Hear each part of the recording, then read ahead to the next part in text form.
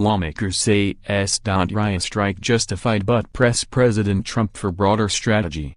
Washington congressional lawmakers generally applauded President Trump's decision to launch missiles in a coordinated strike with the United Kingdom and French allies against Syria for a chemical attack the Assad regime inflicted on Syrian citizens last week.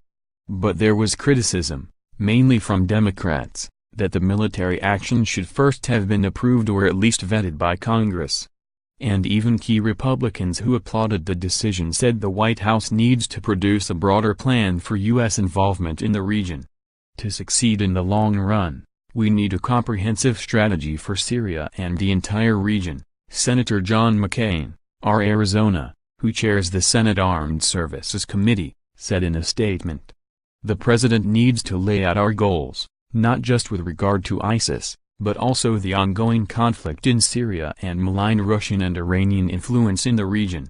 Airstrikes disconnected from a broader strategy may be necessary, but they alone will not achieve U.S. objectives in the Middle East. House Armed Services Chairman Mac Thornberry, R-Texas, praised the strike as well but sounded similar concerns. Assad's use of chemical weapons against innocent civilians is unacceptable, Thornberry said in a statement supporting the attack. Tough questions about the future of our policy in Syria remain, but those questions should not detract from the justness of tonight's actions.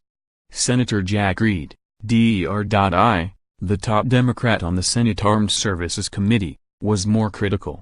He called Syria leader Bashar Assad's use of chemical weapons abhorrent and a violation of international law. But we need more information to determine the scope and effectiveness of this action, he said in a statement. Put simply, the American people need to hear an actual strategy and an actual legal justification. Congress has a constitutional duty and I hope the majority permits appropriate hearings and briefings.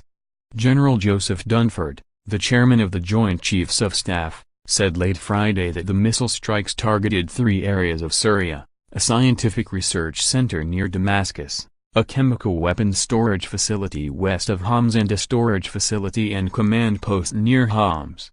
Here's what other lawmakers said. Senator Marco Rubio, R. Florida, a senior member of the Foreign Relations Committee, urged the administration to follow up with a real and comprehensive strategy for ending Assad's threat to his people, to the region and to U.S. security, and for countering Russian and Iranian support for the Syrian dictatorship's ongoing barbarity.